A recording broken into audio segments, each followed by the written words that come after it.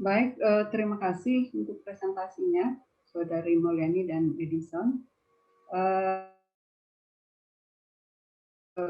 Kita diskusikan dan kita beri kesempatan terlebih dahulu kepada pembahas, Saudari Khairia Wismanto juga ya. Saudara Wismanto juga pembahas ya. Satu lagi siapa tadi? Salman. Salman? Saya, Bu. Saya, Bu. Saya. Oh ya, Papa dulu. Pak Wismanto, Bu Khairia, satu lagi. Oh, Salman, Bu. Baik.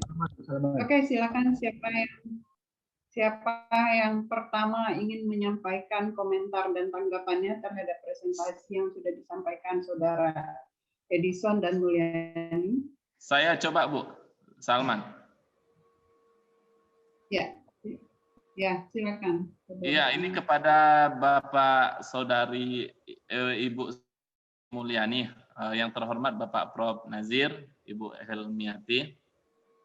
Ini kan kita strategi perencanaan pendidikan Islam. Setelah dipaparkan tadi berbagai macam strategi dan mungkin bisa dilihat roadmap strategi dasar-dasar yang disampaikan. Cuman ini sedikit mungkin permasalahan dalam mencapai strategi yang telah dibentuk dan dibuat. Mungkin visi misi dalam sebuah perguruan tinggi ataupun sekolah itu kan dibuat biasanya berdasarkan strategi yang telah dibuat dalam jangka pendek maupun jangka panjang atau menengah. Kalau di makalahnya Pak Edison itu saya tengok bahkan jangka panjang itu tidak salah itu berbeda dengan yang dibuat oleh Bu Mulyani. Kalau Bu Mulyani itu jangka pendek 1 sampai 4 tahun, jangka menengah 5 sampai 10 tahun kalau tak salah silap. Kemudian jangka panjang 11 sampai 20 tahun itu jangkanya. Biasanya jangka-jangka yang diberikan itu jangka pendek, menengah dan panjang itu biasanya diaplikasikan melalui sebuah visi dan misi supaya tercapainya tujuan yang ingin dicapai. Nah, tentunya dalam mencapai strategi-strategi itu kan bisa dilihat dari keuangan. Kalau kita lihat keuangan kampus, kalau misalnya dia perguruan tinggi, kalau dia sekolah tentu keuangan sekolah. Nah, solusi yang diberikan kepada sekolah atau kampus yang kira-kira dia kesulitan dalam mencapai strategi yang telah dibuat dalam keuangan, itu yang pertama. Yang kedua, yang ingin saya tanyakan adalah strategi-strategi yang diberikan kepada kampus ataupun sekolah, yang mana strategi yang mereka buat itu kan biasanya belum adanya musibah seperti pandemi COVID-19 ini. Kemungkinan 5 tahun yang lalu strategi itu sudah dibuat, atau 10 tahun yang lalu. Ternyata dengan adanya musibah COVID-19 tentu strategi yang telah dibentuk 5 tahun yang lalu itu pasti sulit dalam mencapai keinginan sebuah lembaga tersebut. Ini yang kedua. Dan yang ketiga, yang ingin saya tanyakan, misalnya di kementerian itu ketika dia membuat rencana strategi sebuah pendidikan, bergantinya menteri itu biasanya berganti rencana mereka ataupun tujuan daripada pendidikan itu sendiri. Cobalah kita lihat misalnya kita katakan antara menteri sebelum Pak Nadiem dengan menteri Pak Nadiem itu kurang lebih kalau kita lihat ada perbedaan. Tentu perbedaan itu bisa menyelisihi atau menyalahi strategi yang telah dibentuk 5 atau 10 tahun yang lalu oleh dibuat menteri sebelumnya. Nah, solusi-solusi apa yang harus kita buat supaya tercapainya strategi yang telah dibuat di awal, dan ketika datangnya pergantian menteri yang baru, dia hanya meneruskan, bukan membuat yang baru. Nah, itu. Atau mungkin itu tanggapan dari saya. Terima kasih. Assalamualaikum warahmatullahi wabarakatuh. Waalaikumsalam warahmatullahi wabarakatuh. Baik, ditampung dulu aja ya, Saudara Edison dan Mulyani. Kita beri kesempatan berikutnya kepada Saudara Heria.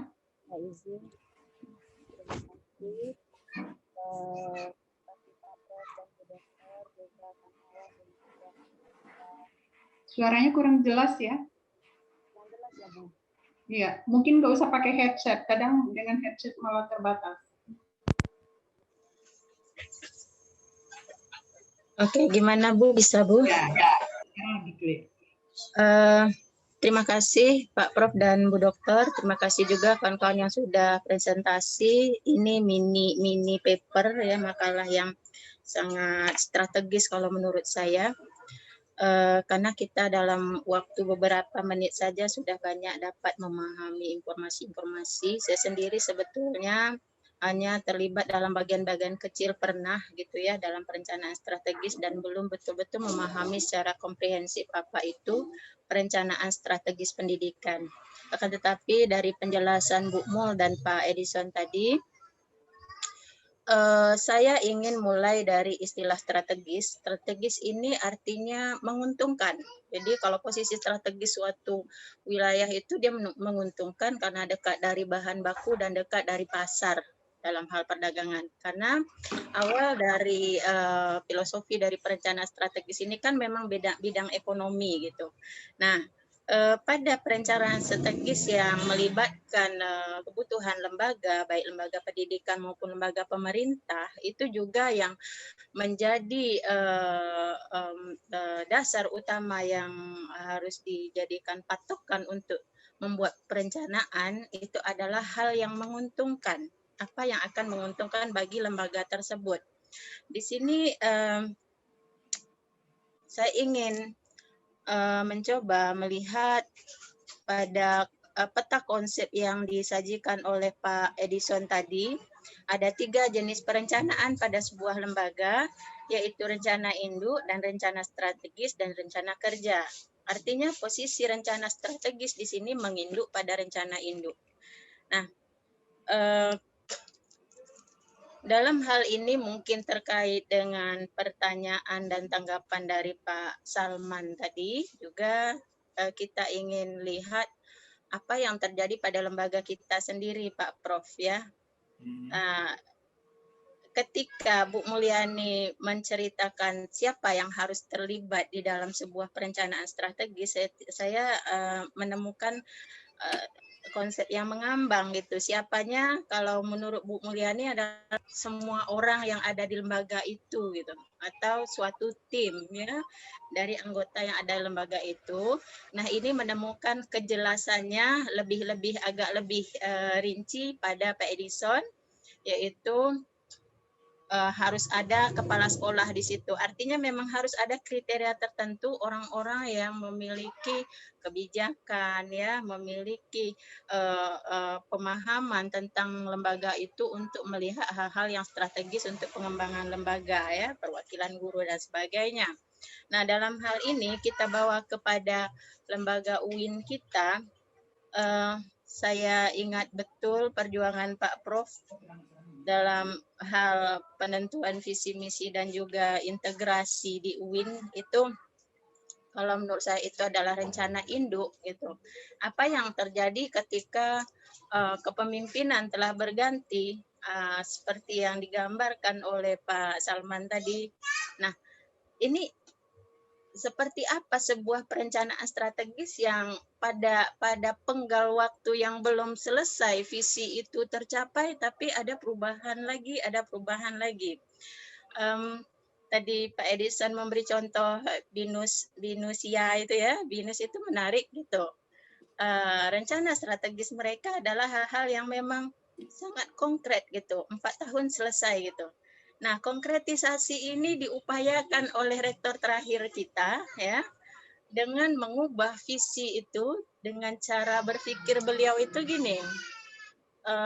Yang awalnya seorang Pak Prof Nazir yang sangat filosofis ingin mencapai world class university, diringkas menjadi harus akreditasi A pada penggalan kepemimpinan rektor terakhir kita ya Bu ya.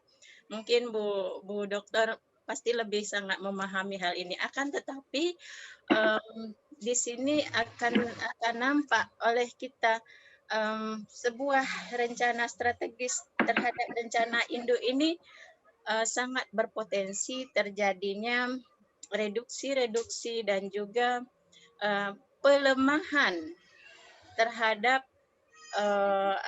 visi besar tadi gitu. Apakah dengan akreditasi A ini dengan memenuhi standar-standar secara formalitas kita memang sudah secara hakiki mencapai derajat sebagai world class university? Nah, itu sangat dipertanyakan. Jadi di sini barangkali inti dari tanggapan saya adalah kalau memang ini sebuah perencanaan strategis pada konteks rencana induk dan rencana strategis itu sendiri, sebetulnya strategi apa yang paling efektif supaya ada sinkronisasi, kesinambungan dalam pencapaian target-target dan visi misi yang telah ditetapkan, supaya hal-hal yang tadi memang disusun dengan rangka filosofi yang sangat berat ya dan juga mendalam gitu, tidak hanya tinggal menjadi sebuah capaian-capaian formalitas saja. Nah, itu barangkali Bu, mungkin agak rumit juga cara saya menjelaskan, tapi saya berharap bisa dipahami. Terima kasih. Assalamualaikum warahmatullahi wabarakatuh. Waalaikumsalam warahmatullahi wabarakatuh. Saya kira bisa dipahami ya. Dua penanggap, tapi saya kira ini sudah memberikan persoalan-persoalan besar yang saya kira lebih baik kita tuntaskan dulu, baru nanti kita beri kesempatan ke Pak Wismanto ya. Karena ini saya kira perlu didudukkan dulu biar dia tidak terlalu melebar dan tertuntaskan. Ya, silakan Saudara Edison dan Mulyani. Yang lain juga nanti berkesempatan untuk memberikan tanggapan, tidak hanya pemakalah ya, tetapi yang lain juga bisa menanggapi apa yang tadi sudah disampaikan oleh Saudara Salman dan Saudari Haria. Oke, silakan. Saya kira perlu ditanggapi dari Pak Salman tadi terkait dengan urut-urutnya, mana dulu sih gitu. Apakah Renstra itu dikembangkan dari visi misi dikembangkan dari program kerja atau sebaliknya. Terus juga tadi ya itu diantaranya saya kira mungkin tertangkap oleh Saudara Edison. Kemudian tadi Saudara Haria juga mempertanyakan terkait inkonsistensi tentang orang-orang yang dilibatkan di dalam perumusan Renstra. Jadi ada yang berbeda juga dari penjelasan Saudari Mulyani. Di atas menyebutkan bahwa itu hanya dibebankan kepada sekelompok orang, sekelompok staf, tapi di bawah uraiannya menjelaskan melibatkan kepala sekolah, guru, dan stakeholders lainnya. Nah, itu juga perlu dipertegas, saya kira. Ya, itu diantaranya. Silakan, siapa dulu yang mau menanggapi? Saya duluan ya, Bu. Ya. Nah, baik, terima kasih kepada Pak Salman dan Bu Khairia. Bertanya yang pertama, kami menjawab pertanyaan dari Pak Salman mengenai kenapa jangka panjang, jangka menengah, dan jangka pendek ini berbeda-beda. Nah, kami memang cerita kembali dari pengalaman kami menyusun Renstra Universitas. Biasanya kita di awal itu menyusun visi misi dan analisis SWOT dia. Analisis SWOT, analisis internal dan analisis eksternal. Kalau internal itu kan kelemahan dan kekuatan. Kalau eksternal itu tantangan atau ancaman. Nah, biasanya dari situ mulainya. Nah, barulah kemudian sumber daya apa yang kita miliki, kita kemudian menyusun Renstra. Nah, yang paling bagus itu memang dari rencana induk. Nah, kalau di negara kita mungkin rencana induk ini bisa kita setarakan dengan Ya kalau dulu zaman Orde Baru ada GBHN namanya. GBHN ini kalau nanti kami keliru mohon diluruskan Pak Prof dan Bu Dokter kalau kurang tepat. Ya. Atau tentu yang lebih induk lagi Undang-Undang Dasar. Makanya ini juga menjawab pertanyaan ketiga dari Pak Salman. Ini kenapa menterinya main gonta-ganti saja rensranya. Nah, menurut kami menteri itu ya boleh-boleh saja menetapkan peta jalan. Kan yang sekarang dia tetapkan itu adalah roadmap ya. Roadmap peta jalan namanya. Tapi dia tidak boleh merubah tujuannya. Nah, tujuan pendidikan nasional itu sudah jelas dalam undang-undang, membentuk peserta didik yang beriman, bertakwa, berkeadilan, kreatif, terampil. Ini kalau kemudian misalnya kata-kata agama tidak ada, di mana iman dan takwanya kan bisa melenceng dari tujuan. Jadi menteri atau pengambil kebijakan boleh saja bikin peta jalan, tapi tidak boleh melenceng dari tujuan dan harus mencapai tujuan. Kalau enggak dia sudah menyalahi namanya. Ya. Itu juga menjawab pertanyaan nomor 3. Kemudian pertanyaan Pak Salman juga, rensra buyar karena pandemi. Jadi rensra yang sudah kita susun buyar karena pandemi. Kan karena tadi kita sebutkan rensra itu biasanya terukur. Kita target 2 tahun lagi mahasiswa yang tadinya dari 1.000 menjadi 1.500. Nah, ternyata dipukul pandemi ya pusing-pusing kita kan. Banyak kampus yang tidak tercapai targetnya. Nah, kalau kami mengamati karena rensra itu manusia yang buat, ya untuk menyesuaikan dengan kondisi pandemi, kita ubah sesuai aja lagi. Kan yang bikin kita-kita juga. Yang bikin kita ya untuk menyesuaikan dengan kondisi kita rubah saja gitu. Nah, itu mungkin analisa kami. Kemudian pertanyaan Bu Khairia, bagaimana tadi Bu? Apa tadi? Ini Pak, antara rencana induk ya, sederhananya antara rencana induk dengan rencana strategis itu kan seharusnya berkesinambungan. Akan tetapi yang terjadi banyak sih, selain di lembaga UIN kita juga seperti di provinsi gitu kan. Dulu Gubernur Saleh Jasid dan juga Gubernur yang paling apa ini siapa namanya? Pak Rusli Zainal gitu. Banyak sekali rencana-rencana strategis yang pada masa pemerintahan berikutnya itu buyar gitu. Nah, strategi apa sebetulnya yang dapat ditetapkan supaya yang dari awal rencana induk yang memang sudah sangat filosofis biasanya, yang sudah wawasannya jauh ke depan, visioner gitu, tahu-tahu di penggal-penggal tertentu pada restra itu dia semacam ada reduksi, ada pengalihan, pelencengan dan sebagainya. Kadang-kadang justru yang tinggal itu formalitas-formalitas saja gitu. Strategi-strategi apa yang dapat dijadikan semacam antisipasi atau apalah gitu ya, menanggulangi kerawanan celah-celah daripada reduksi tersebut gitu Pak.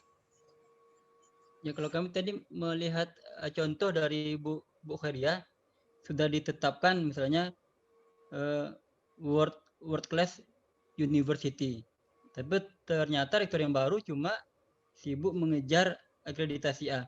Sebenarnya bisa saling beririsan juga Bu. Akreditasi A ini nanti bisa meningkat kepada akreditasi internasional. Nah, salah satu syarat akreditasi internasional adalah adanya kelas internasional. Nah, jadi sebenarnya bisa disambung-sambungkan juga. Biasanya kampus yang sudah mapan, sudah akreditasi A pasti mengejar akreditasi internasional. Dan itu pasti melibatkan standar-standar internasional. Ya. Tidak bisa mungkin lagi standar-standar secara lokal dan ke Indonesiaan saja. Nah, mungkin itu yang kami pahami, Bu. Jadi sebenarnya bisa saja beririsan asalkan tidak bertentangan lah.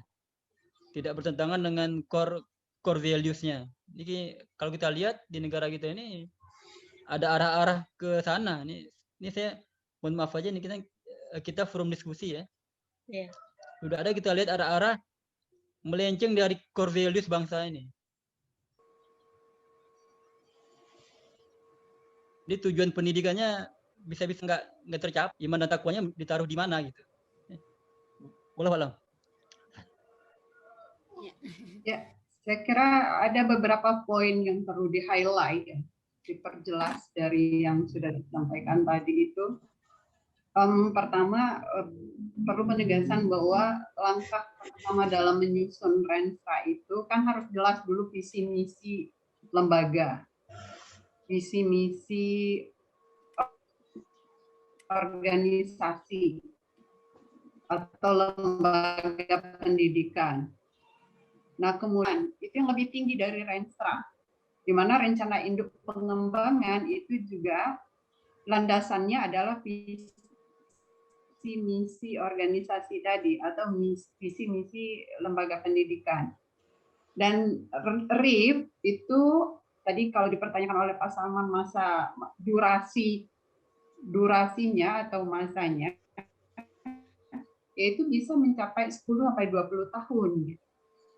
Kemudian di bawah itu baru rencana strategis yang masanya bisa 4 atau 5 tahun, dan kadang itu memang berbeda-beda antara satu lembaga dengan lembaga lainnya, tergantung kepemimpinan. Di pemerintah daerah kadang masa periodisasi kepemimpinan satu orang gubernur misalnya itu 5 tahun, maka Renstra-nya bisa dibuat 5 tahun gitu. Tapi kalau di kampus misalnya 4 tahun, maka bisa dibuat Renstra itu untuk 4 tahun gitu. Nah, kemudian turunannya itu baru rencana kerja tahunan. Jadi kalau dibuat kita breakdown ke bawah, visi misi, RIP, Renstra, kemudian rencana kerja tahunan. Nah, terkait tadi yang Saudara Heria sampaikan, nah ada poin yang menarik tadi Saudara Edison katakan tidak boleh merubah arah di tengah jalan. Itu mesti menjadi itu ya penegasan itu. Visi misi itu ya kalaupun mau dilakukan kayak perubahan bukan kontennya ya, bukan konten utamanya, tetapi mungkin space ruang yang tadinya level lokal capaiannya, keunggulannya di level lokal, kemudian berubah di masa berikutnya ke level regional, kemudian berikutnya lagi dirubah ke level internasional, berarti kan space-nya ya, space-nya. Tapi bukan konten, misalnya untuk konteks UIN itu integrasi keilmuan, yaitu tetap keunggulannya itu apa? Keunggulan itu nggak akan berubah arahnya gitu, mulai dari dulu gitu ya Prof. Nanti Prof mungkin bisa mengoreksi juga apa yang saya sampaikan. Terus atau temporalnya, misalnya tadi space-nya di spasialnya itu pada level lokal, temporalnya waktunya itu sampai batas waktu kapan gitu. Untuk level regional batas waktunya kapan gitu. Tapi yang kontennya, substansinya itu tidak berubah. Saya kira itu poin penting yang tadi disampaikan oleh Saudara Edison, tidak boleh merubah arah kapal di tengah jalan. Itu untuk pertanyaan Bu Heria juga. Kalau mungkin tiba-tiba apalagi kalau kemudian perubahannya itu dari yang sifatnya substantif berubah ke arah yang pragmatis. Ya, berubah ke arah yang pragmatis itu saya kira juga problematik gitu. Karena sifatnya continuous improvement. Continuous improvement, perbaikan terus-menerus, jadi tidak seperti yang disampaikan tadi berubah menteri, berubah arah. Semestinya tidak merubah arah kapal, tetapi merubah langkah-langkah, strategi-strategi, tindakan-tindakan, dan itu dimungkinkan karena kondisi atau perkembangan yang terjadi kala itu bisa berbeda. Ibarat kalau kapal mungkin ada angin gitu, musim angin, ada yang musim agak tenang, ya itu kan tentu akan berbeda. bagaimana nahoda melakukan perjalanan sebuah kapal, kemudian dia apalagi perangkat-perangkat lainnya di dalam kapal itu. Nah, ya saya kira seperti itu, sehingga dimungkinkan saja kalau berganti menteri dia merubah langkah-langkah karena masa Renstra itu bisa 4 atau 5 tahun, ya bisa-bisa saja ada perubahan kebijakan gitu, perubahan kegiatan, perubahan program, karena Renstra itu tadi seperti ditegaskan bagaimana menyusun prioritas di tengah keterbatasan sumber daya, baik itu sumber daya keuangan, sumber daya manusianya, sumber daya infrastruktur, sumber daya input gitu. Jadi membuat prioritas di tengah keterbatasan itu. Mana yang penting untuk dilakukan sekarang agar arah organisasi ini tetap berjalan dengan baik. Saya kira itu dulu perlu ditegaskan sebelum ke yang lain-lain. Prof, baik, mau ya saya kira dari diskusi ini memang ada perlu dipertegas juga. Ya tadi sudah tepat itu yang disampaikan oleh Bu Doktor. Hierarkinya itu yang penting dipahami di sini, bahwa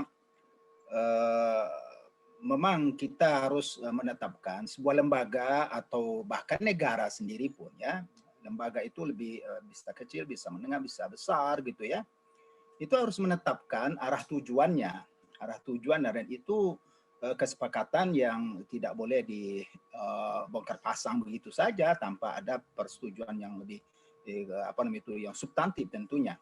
Nah, seperti Indonesia yang sudah merdeka, yang sudah ditetapkan undang-undang dasarnya, ya kan, sudah ditetapkan dasar negaranya yang namanya Pancasila, ya kan, itu adalah core values. Nah, itu yang disebut dengan core values itu, yang tidak boleh lagi dirombak-rombak seperti itu. Nah, semua arah yang yang dituju oleh apa saja lembaga-lembaga yang dikembangkan di Indonesia itu harus berpedoman kepada itu. Nah, jadi sehingga tidak ada lagi yang akan ya bisa membuat arah-arah sendiri lagi begitu ya. Nah, makanya kemarin Pak Nadiem itu ditentang keras dan sampai hari ini juga kalau beliau tidak tobat itu saya kira itu akan bisa kita selesaikan sendiri itu. Ya, dan akan berimbas juga kepada kesulitan presiden dalam hal itu ya. Karena yang paling core sekali itu yang beliau ya, saya kira tadi ya yang membuat atau para ahlinya yang tidak mengikut sertakan Edison barangkali, orang-orang seperti Edison barangkali ya tidak mengerti lagi dia itu bahwa tujuan pendidikan itu sudah ada dalam Sisdiknas, sudah dijelaskan lagi begitu, dan itu tidak boleh ditabrak-tabrak lagi begitu. Untuk kasus lembaga-lembaga pendidikan di sebuah negara seperti kita di Indonesia tidak bisa juga, kita harus juga berpedoman kepada itu. Ya, maka tujuan pendidikan kita sudah tidak boleh dirubah juga. Cuma memberi maknanya iya. Karena beriman bertakwa itu bisa ditafsirkan oleh masing-masing agama kan gitu. Iya, Kristen saya kira seperti apa dia membuat serah dia. Tapi yang namanya Islam kita sudah membuat penafsiran tentang beriman bertakwa kepada Allah Subhanahu wa taala wahdah. Ya, kan begitu ya. Jadi itu panjang apanya.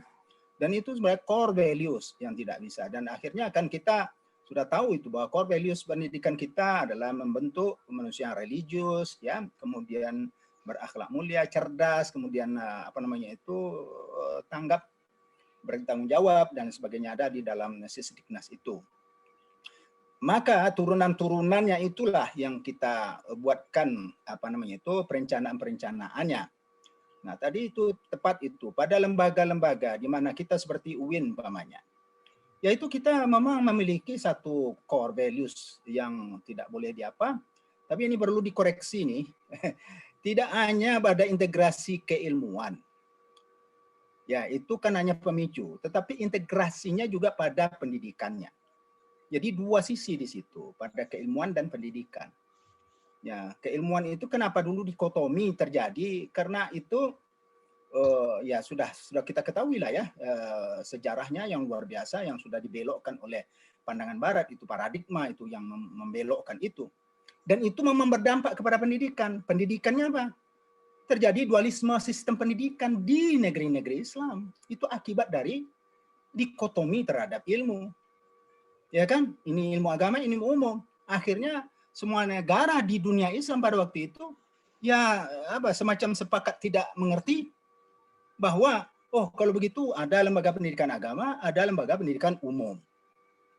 Ini kesalahan luar biasa yang sudah terbuat oleh ya pembuat sejarahnya lah begitu ya. Dan itu apakah disengaja atau tidak, mudah-mudahan tidak sengaja, tapi ternyata begitu yang terjadi di dunia Islam. Sampai hari ini Indonesia kenapa kita gonjang-ganjing hari ini juga karena ya kita ya memang masih menganut pahamnya seperti itu, walaupun alhamdulillah kita sudah memberikan sumbangan lah yang besar saya rasa dengan konsep integrasi keilmuan yang melahirkan integrasi pendidikan. Jadi di UIN itu juga begitu, tidak ada lagi itu dualisme sistem pendidikan kita. Tidak ada lagi kita sebut ini pendidikan umum, ini pendidikan agama, ini ilmu umum, ini ilmu agama. Tidak lagi, itu sudah menyatu di situ. Ya makanya ada ma'had di UIN itu sebagai contohnya sekedar saja ya. Harus ada ma'had di situ ya karena memang harus dilebur antara bagaimana mengokohkan sisi-sisi religiusitas yang namanya akidah, ibadah, akhlak itu sisi religiusitas yang utama. Ya itu tidak bisa dibangun hanya dengan belajar di kelas itu. Walaupun itu juga ada sumbangannya. Tapi harusnya itu lebih dilebur lagi sehingga kampus itu betul-betul dapat disebut nanti sebagai kampus Islami. Nah, kalau sekolah juga begitu, sekolah Islami. Lingkungannya Islami dan suasananya Islami di dalamnya itu. Nah, begitu yang harus kita capai dan itu sebenarnya core values yang tidak boleh makanya tadi sudah disebutkan Ibu Doktor bahwa itu tepat itu bahwa muatan itu tidak boleh lagi dikurangi, tidak boleh diobrak-abrik lagi. Yang boleh itu adalah pada space. Dan bagaimana itu strategi pada semua subsistem pendidikan itu. Apakah sumber daya manusianya, sumber daya keuangannya, infrastrukturnya, kemudian metodenya atau apa segala itu yang bisa kita buatkan strategi baru ya. Yang sesuai untuk mencapai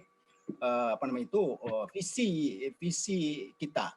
Ya, visi itu dalam konteks yang kita sebut di sini adalah pada space ya. Pada space. Space tadi sudah disebutkan itu. Apakah kita hanya sanggup bisa unggul di tingkat kecamatan atau sudah bisa tingkat kabupaten atau bisa di tingkat provinsi, tingkat nasional atau sudah boleh keluar kita dari situ, yaitu kita sudah bisa ke regional. Seperti dulu UIN itu sudah kita bawa ke Asia Tenggara itu regional. Oh rasanya sudah bisa, kita sudah berhasil di situ, rasanya sudah bisa dalam evaluasi kita.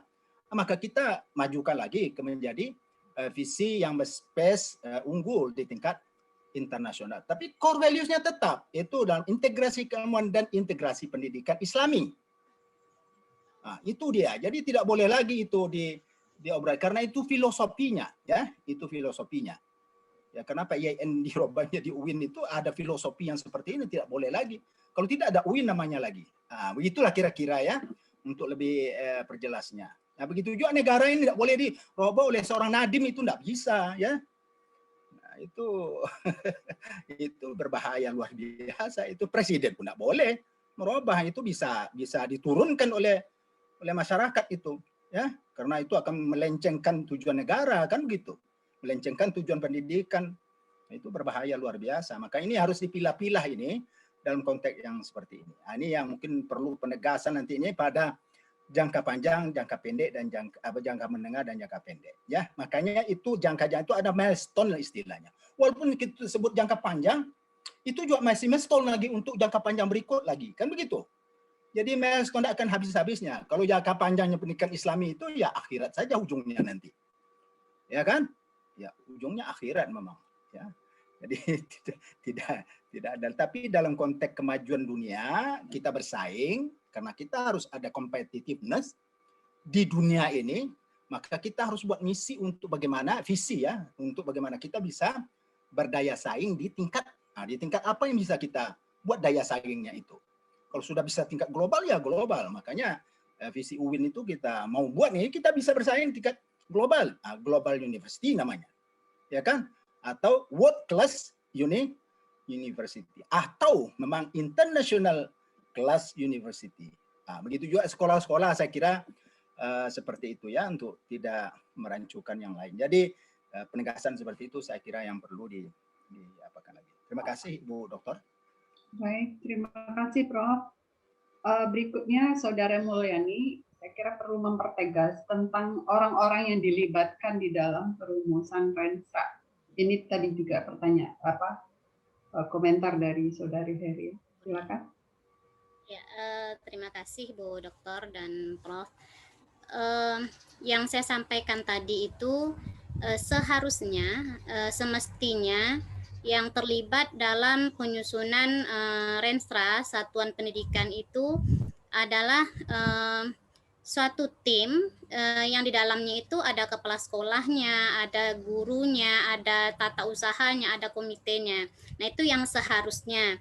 Nah, yang satu lagi yang saya sampaikan tadi kelemahannya itu adalah fenomena yang terjadi di beberapa sekolah, mungkin kalau tidak bisa dikatakan banyak, di beberapa sekolah.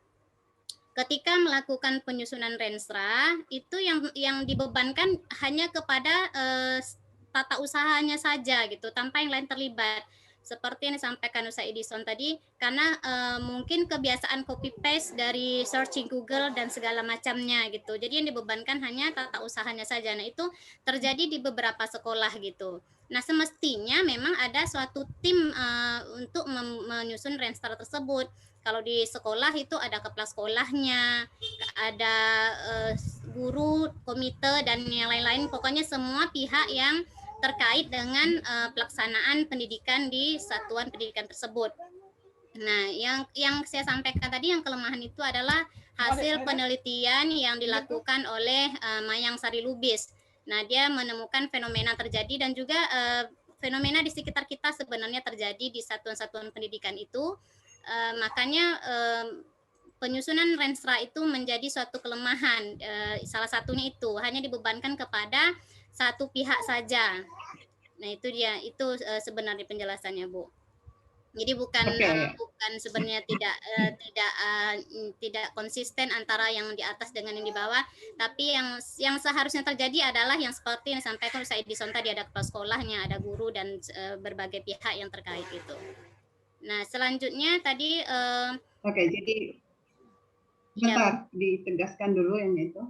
Saya kira teknik artikulasinya, cara pembahasaannya itu yang perlu dikoreksi dalam tulisan.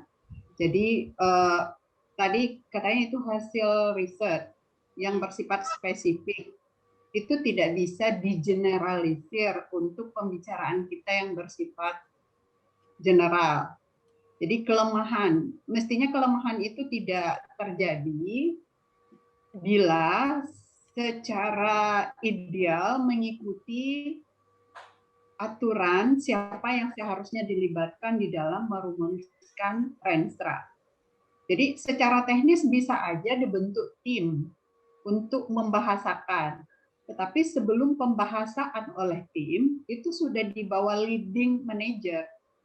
Jadi misalnya kalau di kampus itu sudah di bawah leadingnya rektor dan wakil-wakil rektor dan lain-lainnya sudah menyampaikan, artinya arahnya begini, visi kita ini, yang mau kita capai ini, aktivitas kita ini gitu. Untuk membahasakan ya itu bisa aja memang ada tim kecil yang ditunjuk melibatkan orang-orang yang memang punya kemampuan dalam hal itu, kemampuan berpikir yang baik, kemampuan mengartikulasikan yang baik, tetapi itu tetap di bawah kontrol pimpinan. Di sekolah juga seperti itu. Sekolah bisa membentuk tim yang di dalam tim itu ada beberapa orang guru yang ditunjuk sebagai perumus, tapi ide pemikirannya itu adalah dari pimpinan. Nah, nanti setelah mereka nulis ya ada meeting lagi melihat apa yang ditulis sudah sesuai belum dengan apa yang dipikirkan oleh pihak bersama gitu. Dan bahkan untuk level perguruan tinggi itu selain melalui rapat pimpinan, ada juga melalui pengesahan di senat gitu. Jadi itu menggambarkan bahwa itu tidak hanya pemikiran sekelompok orang.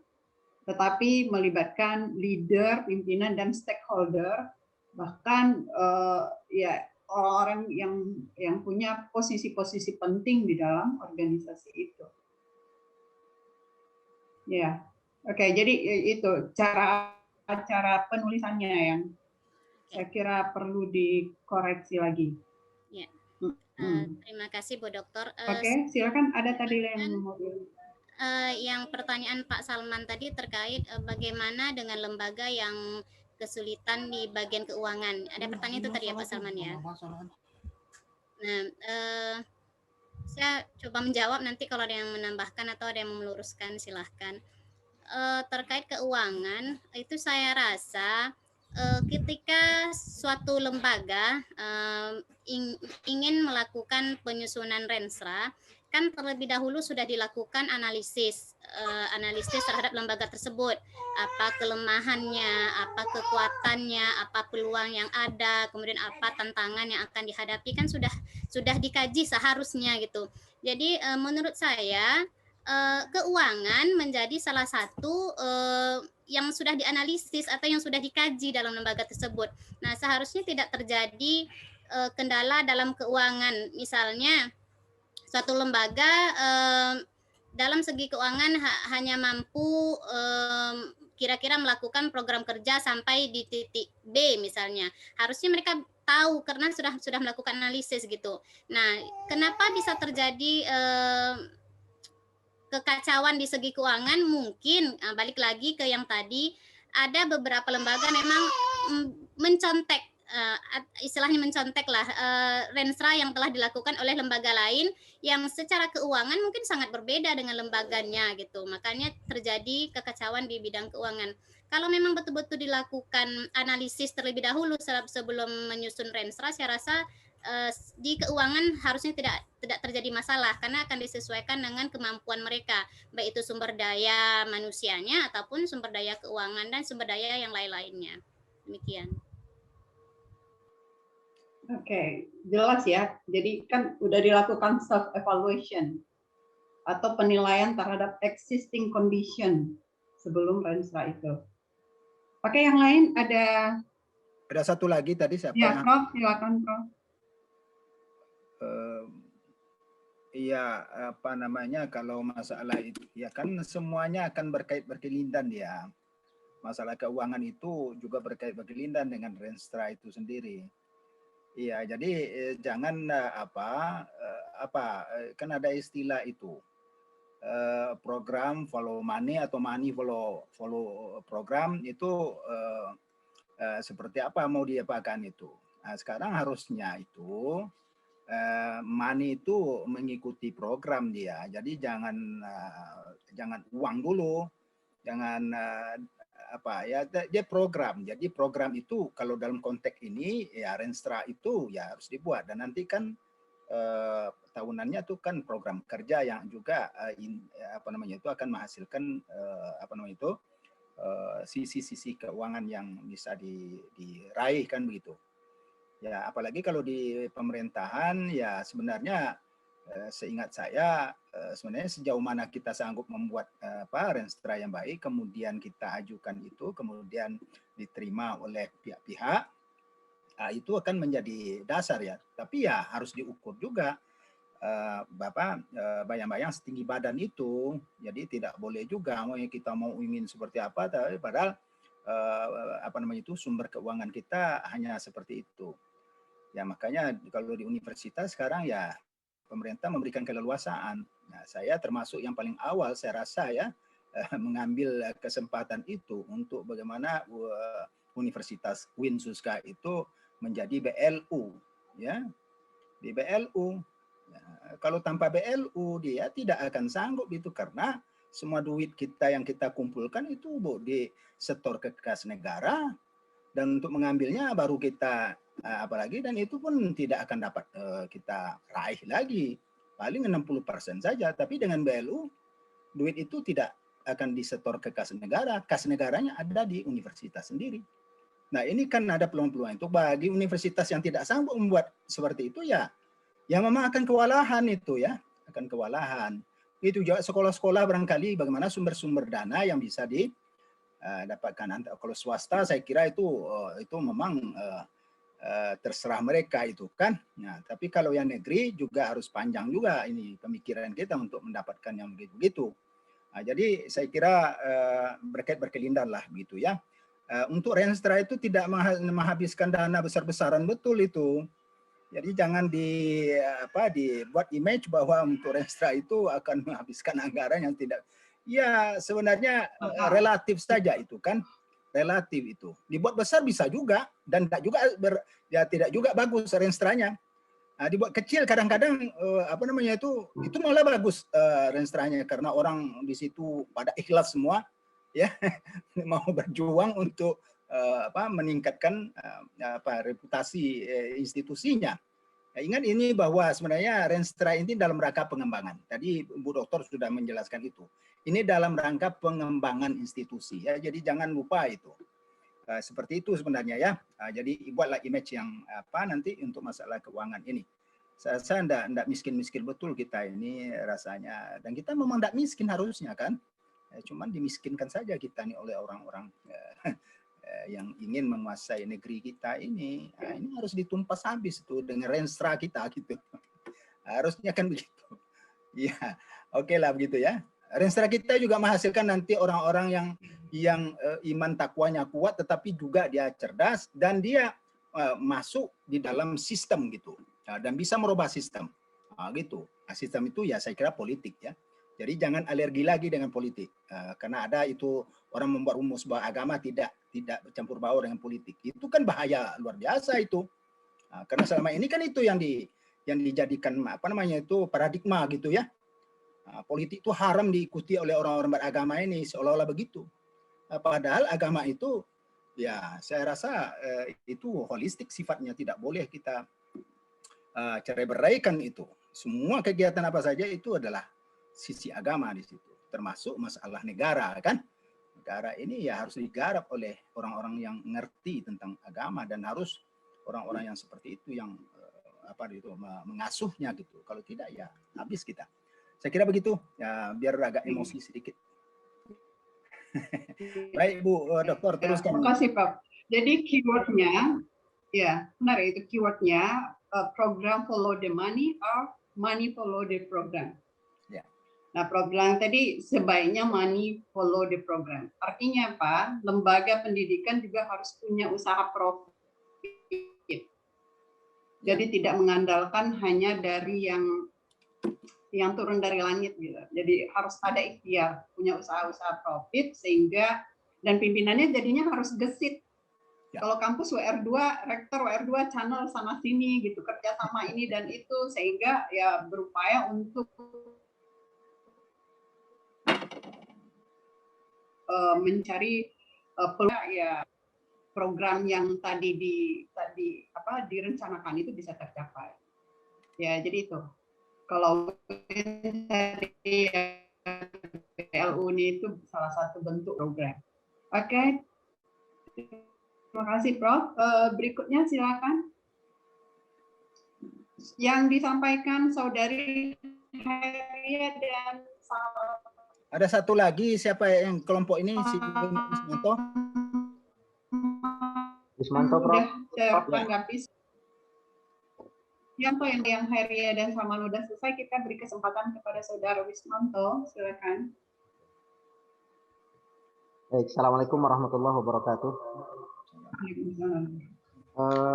Beberapa pertanyaan yang sebetulnya ingin kita ajukan sudah terjawab dan alhamdulillah kita sudah dapat menangkap apa yang sebetulnya kita pelajari pada hari ini. Tapi ada dua hal lagi yang mungkin saya butuh bimbingan dan arahan lah. Nggak tahu saya mau tujukan kemana ini. Tapi ini berkaitan dengan materi kita juga. Mungkin Pak Prof dan Bu Dokter juga bisa memberikan arahan. Nanti ini terkait dengan program kerja yang sudah kita rencanakan. Tetapi setelah 1 atau 2 tahun ternyata kita tidak mencapai target, misalnya 50% saja tercapai target kita dari program yang sudah direncanakan.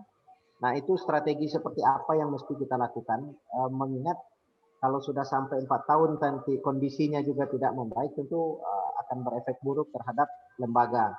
Nah, yang kedua, jika terjadi misalnya kita di program studi nih. Di program studi ini setelah 2 tahun akreditasi, tetapi akreditasi kemudian memberikan semacam apa namanya sambal pedas lah barangkali. Ini tidak layak ini prodinya harus diganti gitu. Nah kalau kondisinya seperti itu, kira-kira strategi seperti apa yang mesti kita lakukan untuk bisa apakah tetap berjalan atau kita akan merubahnya di tengah jalan dan mensiasati bagaimana anak-anak kita yang sudah jalan ini tidak apa namanya ya, tidak trauma gitu. Nah, mungkin ini dua hal yang sangat prinsipil menurut saya untuk diketahui karena ini berkaitan dengan program kerja kita dan prodi yang sedang berjalan. Boleh disebut secara konkret contoh prodinya itu apa? Oh baik, nah, kita ada misalnya psikologi Islam gitu Bu ya.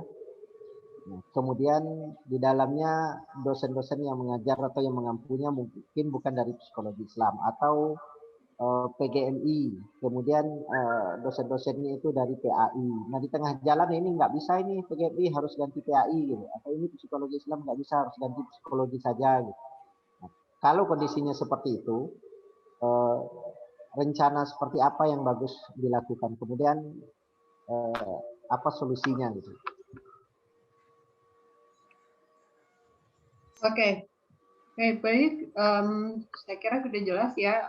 Silakan tanggapannya. Nggak mesti harus ditanggapi oleh Saudara Edison dan Saudari Mulyani. Yang lain juga boleh. Silakan. Pak Fikri, Nurhatnisyah, Saudara Lukman, Zulfan, Siti Rahma. Silakan. Boleh bicara, Bu? Ya, silakan, Siti Rahma. Baik, terima kasih. Assalamualaikum warahmatullahi wabarakatuh. Terima kasih Pak Prof, terima kasih Bu Dokter. Jujur saja, kalau saya pribadi mungkin terlambat saya belajar ini sebenarnya Bu Dokter. Harusnya saya belajar kuliah dulu nih, baru jadi ketua ya.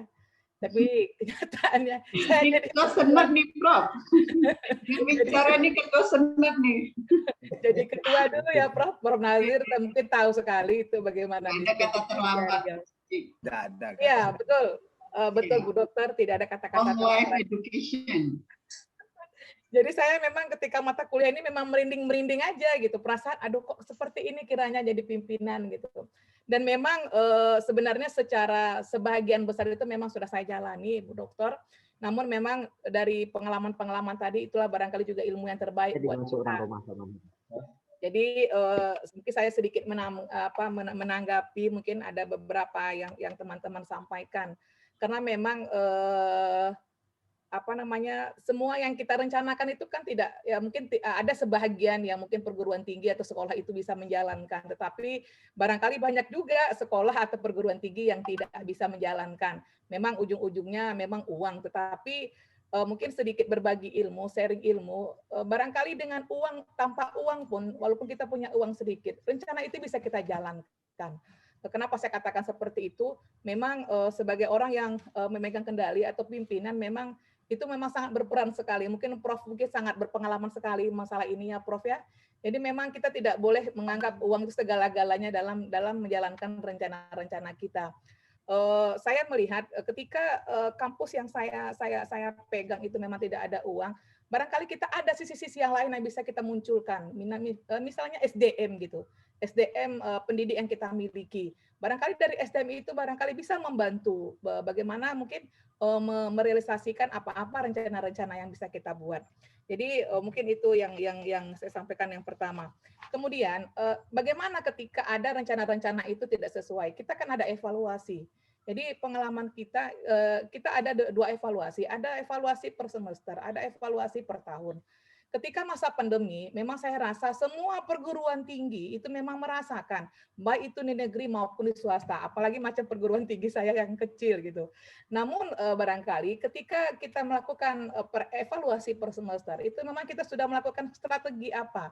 Karena kita bisa memprediksi pandemi ini tidak mungkin setahun 2 tahun. Bahkan orang pakar pun tidak bisa mengatakan kapan selesainya pandemi ini. Nah, artinya ketika kita sudah mendengar statement itu, kita harus menukar strategi kita. Makanya kita memang ketika dalam pencarian mahasiswa nih ya Bu Dokter ya, kita memang bergerilya gitu. Jadi tidak bisa memasang-masang spanduk-spanduk lagi ya. Kita mungkin harus terbuka, harus door to door, harus barangkali memakai alumni. Nah, itu barangkali strategi-strategi yang kita lakukan. Itu evaluasi per semester. Nah, untuk per tahun juga kita lakukan seperti itu. Itu yang kedua. Kemudian masalah prodi, Pak. Mungkin untuk mengukur apakah itu prodi itu bagus atau tidak. Barangkali kita kan butuh waktu, Pak. Nggak mungkin 1 tahun namanya prodi baru, tentu ada sosialisasi, ada penyesuaian diri. Nggak mungkin ketika baru dibangun satu prodi itu langsung mahasiswanya banyak. Enggak lah saya rasa. Saya rasa semua perguruan tinggi sangat merasakan itu. Jadi barangkali kita mungkin, saya yakin ketika prodi itu akan dibuat, pasti ada analisis SWOT-nya dulu. Apakah prodi ini bagus dibuat atau tidak? Nah, barangkali ketika itu sudah ada, tentu ketika sudah diizinkan prodi itu ada, tentu saja kita barangkali punya strategi bagaimana bisa membangun strategi ini.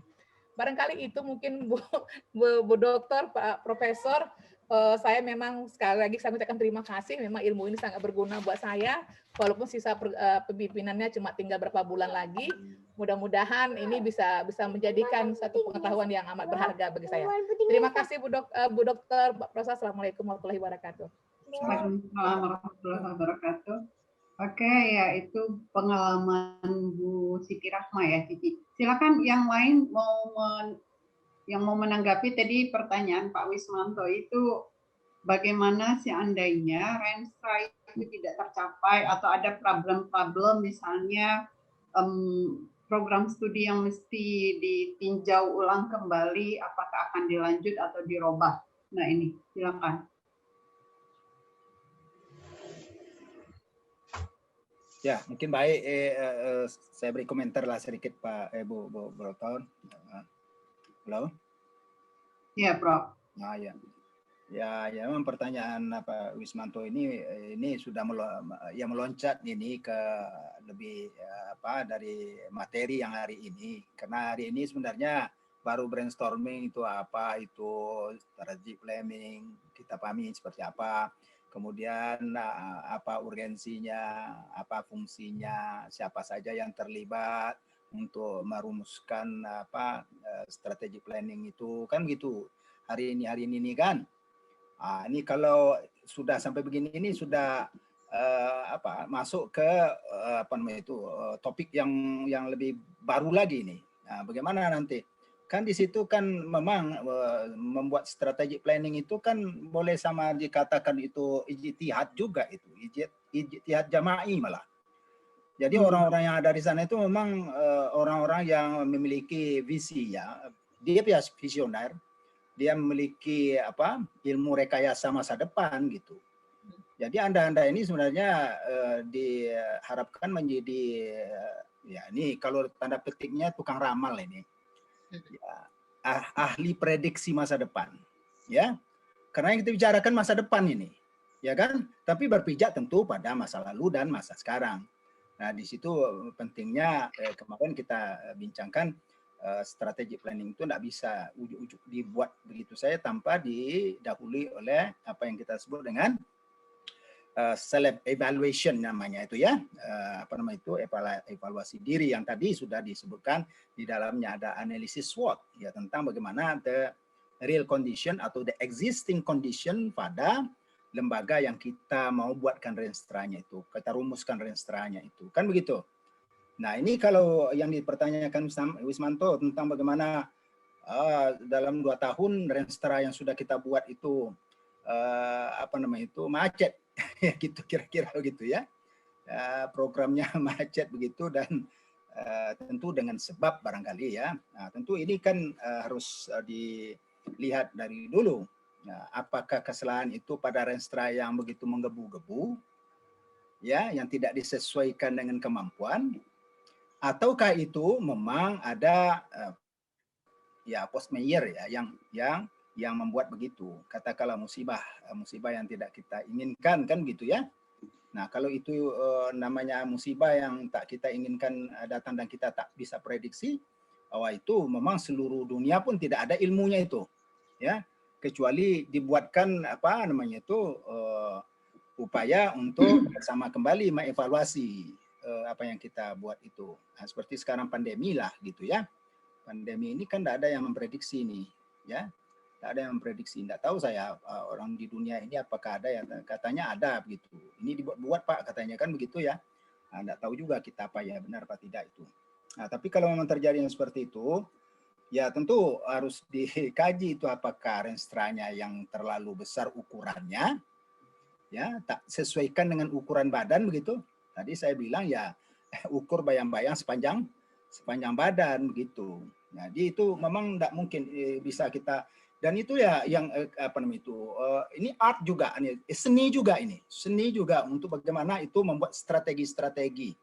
Kan nanti setelah ini nanti akan menghasilkan apa namanya, kalau kita sudah buat visi nanti ya, visi itu pun sudah kita harus prediksi juga itu apa namanya itu, kita pertimbangkan itu kemampuan kita untuk mencapai visi kan.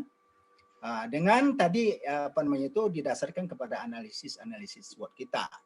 Kan begitu. Jadi memang panjang ini, tidak bisa serta-merta saja ini. Apalagi kalau hanya dibuatkan orang atau hanya mencontek punya orang ini renstranya, ya jelaslah tidak akan mungkin itu bisa kita apa namanya itu mendapatkan yang genial gitu ya. Ini harusnya genial, tidak boleh itu duplikasi. Ini sekadar dokumen saja nanti diperiksa oleh inspektorat kah atau oleh apa, ada dokumennya memang ada ini, sudah selesai. Itu kan kita membunuh diri kita sendiri itu sesungguhnya. Padahal yang kita buat itu yang sangat serius itu, yang sangat serius dan tidak bisa tidak itu semua orang terlibat. Walaupun yang terlibat merumuskannya, mungkin untuk merumuskannya itu hanya orang-orang yang memang memiliki kemampuan itu tadi ya. Tapi untuk mengetahui renstra kita itu ya semua orang harus terlibat dan bahkan user pun harus terlibat itu. Jadi jangan hanya komite saja ya, nanti di sekolah itu usernya juga harus dilibatkan itu. Ya user sekolah kita siapa? Ya user kalau ya tingkat apa mungkin ya universitas yang tempat di mana anak-anak kita biasanya banyak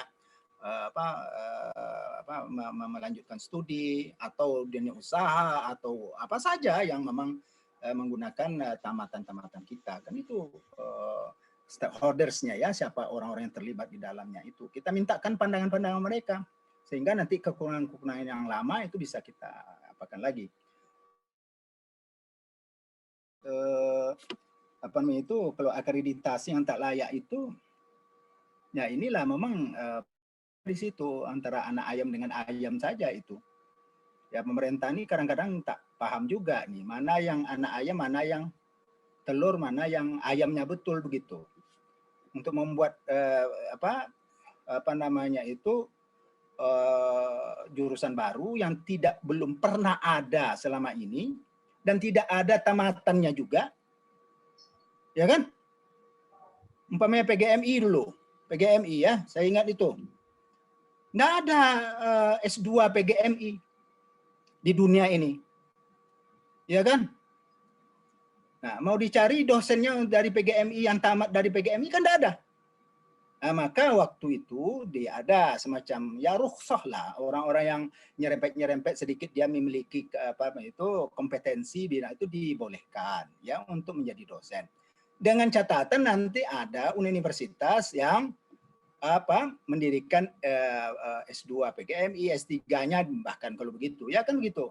Lantas nanti dibuatkan renstra untuk bagaimana dosen-dosen ini nanti dikembangkan kompetensi lulusannya itu sesuai dengan jurusannya karena memang harus linear kan begitu. Ya itu ya memang harus begitu. Sama dengan itu psikologi Islam. Ya di dunia ini tidak ada pula rupanya yang menghasilkan S2 S3 psikologi Islam sama ini hanya psikologi saja. Nah, padahal sesungguhnya seperti di UI contohnya itu seperti kerjasama dengan UI dulu.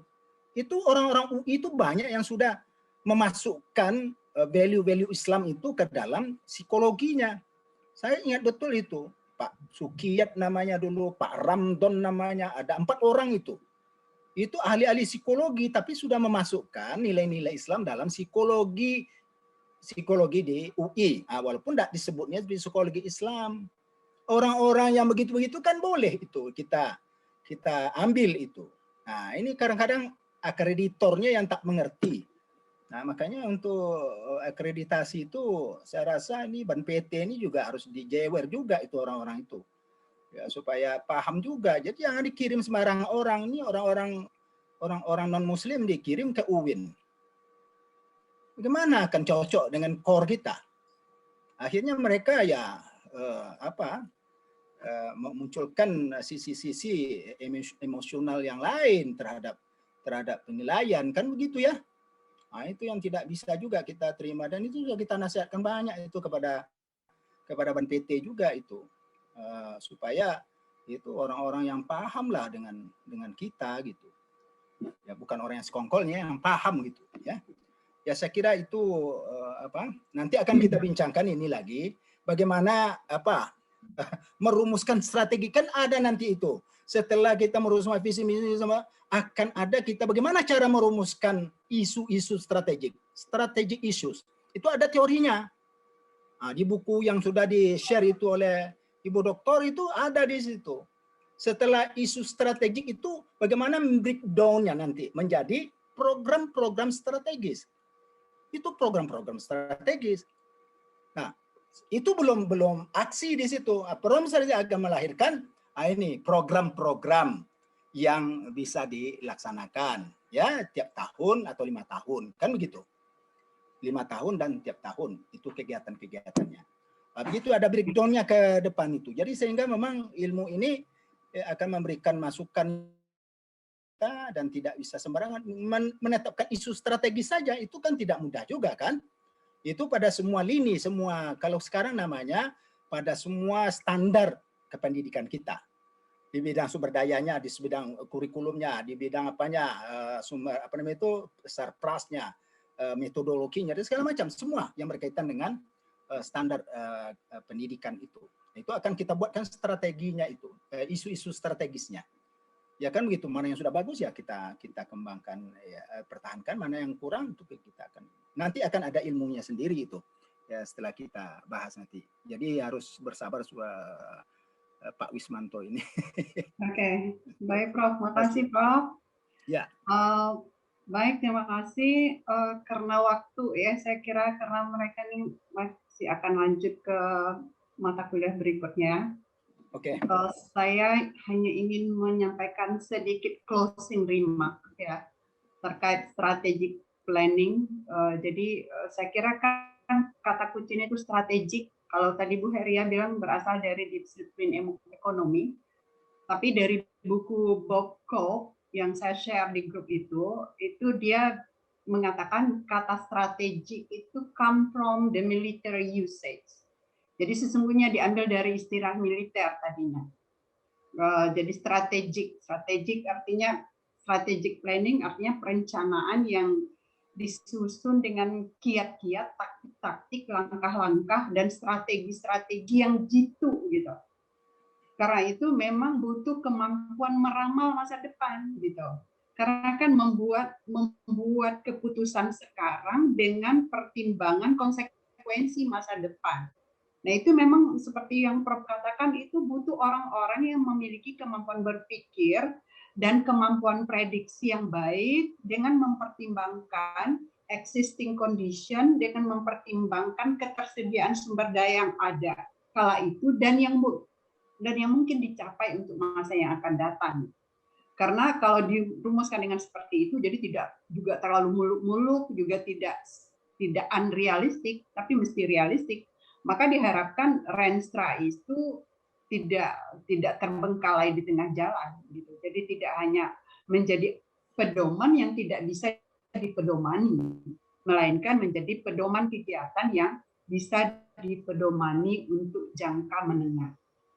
Nah, kemudian tadi juga saya kira perlu dikoreksi apa yang disampaikan Saudara Edison bahwa Renstra itu punya macam-macam istilah.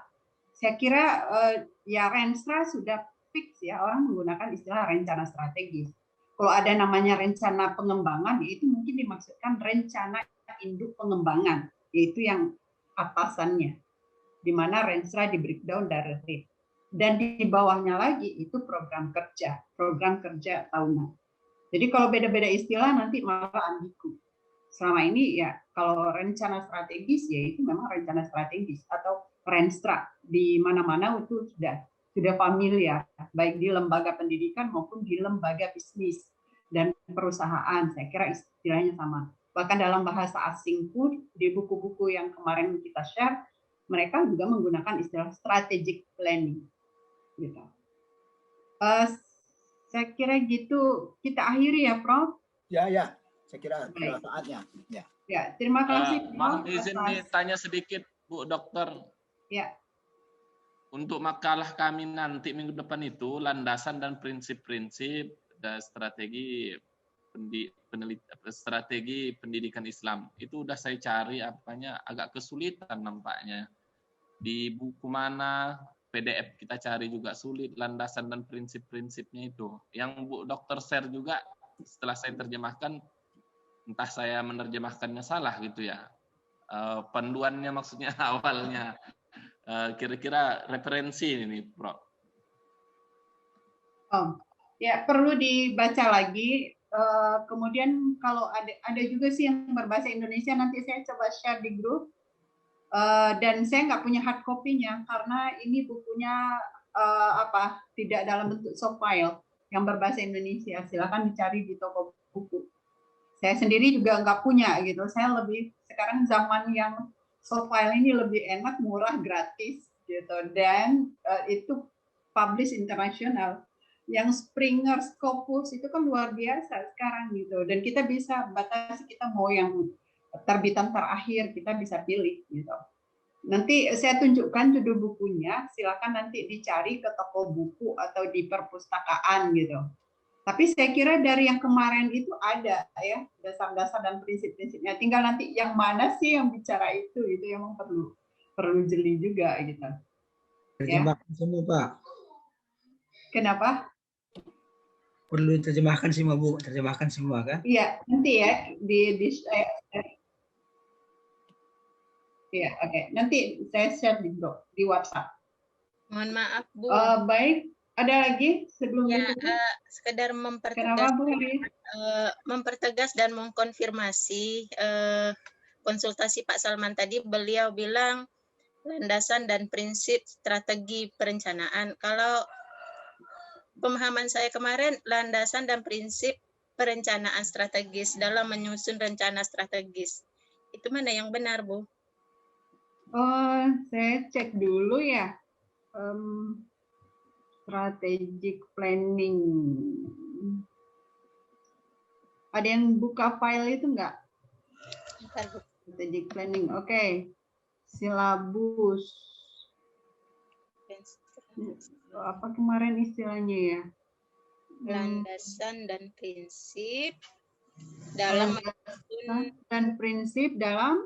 menyusun perencanaan strategis. Kalau menurut saya begitu. Iya benar. Iya betul itu.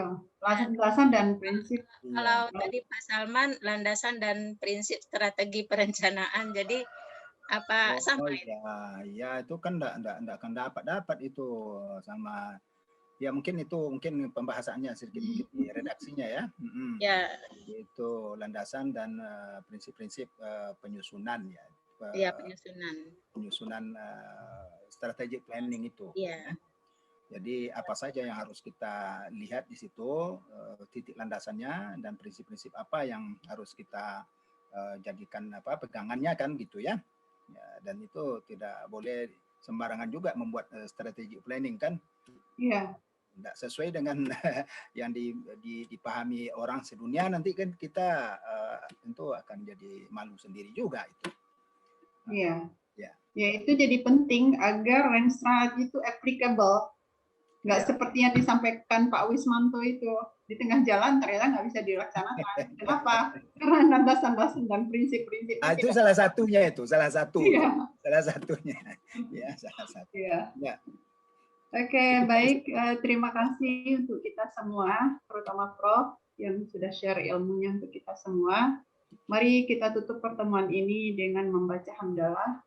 Alhamdulillahirrahmanirrahim. Semoga kita selalu sehat dan dalam lindungannya. Amin ya rabbal alamin. Demikian Mohon maaf bila ada kekeliruan dan kesalahan. Wabillahi wa taufiq wal hidayah. Assalamualaikum warahmatullahi wabarakatuh. Waalaikumsalam warahmatullahi wabarakatuh. Terima kasih Pak Terima kasih Bu Dokter, terima kasih Prof. Dokter. Ya, sama-sama.